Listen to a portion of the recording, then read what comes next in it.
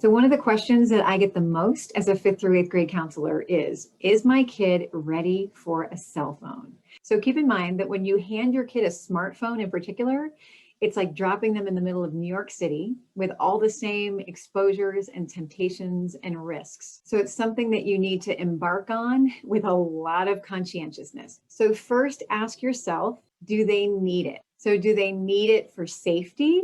Do they go places without a trusted adult around, or to another parents or family members where you want them to be able to contact you? Or do they need it to socialize right now? So then you need to ask yourself some really honest questions about your kiddo. So do they have challenges with their impulses, or with setting and keeping boundaries, with responsibility and taking care of stuff, with sneakiness or deceitfulness? Can you trust them to talk openly with you about things of concern? Do they have any trouble with treating other kids kindly and the things that they say or do, especially when they feel upset or hurt? And does your kid have 101 other ways to entertain themselves and self-soothe? Because as we can all attest to, is that once you put that device in their hand and it brings all these games to play and videos to watch and ways to have fun, connect to other people, ways to escape and feel better, then it can really be something that they depend on for those things, and stop developing a bunch of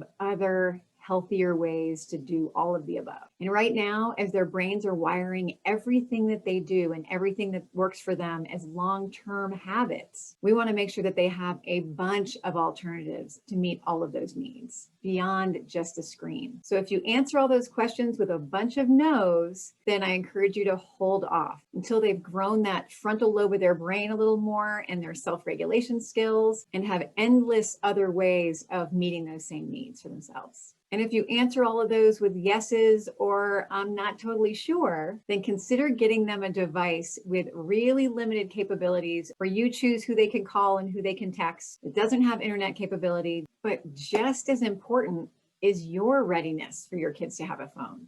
So do you have all of the information and all of the resources and all of the parental controls and the monitoring and the time to do all of that? And more on that in part 2. Am I ready for my kid to have a cell phone? If there's anything valuable in that for you, make sure you hit that like button and subscribe so you don't miss any more of my goodness coming up. Peace, love, and strength.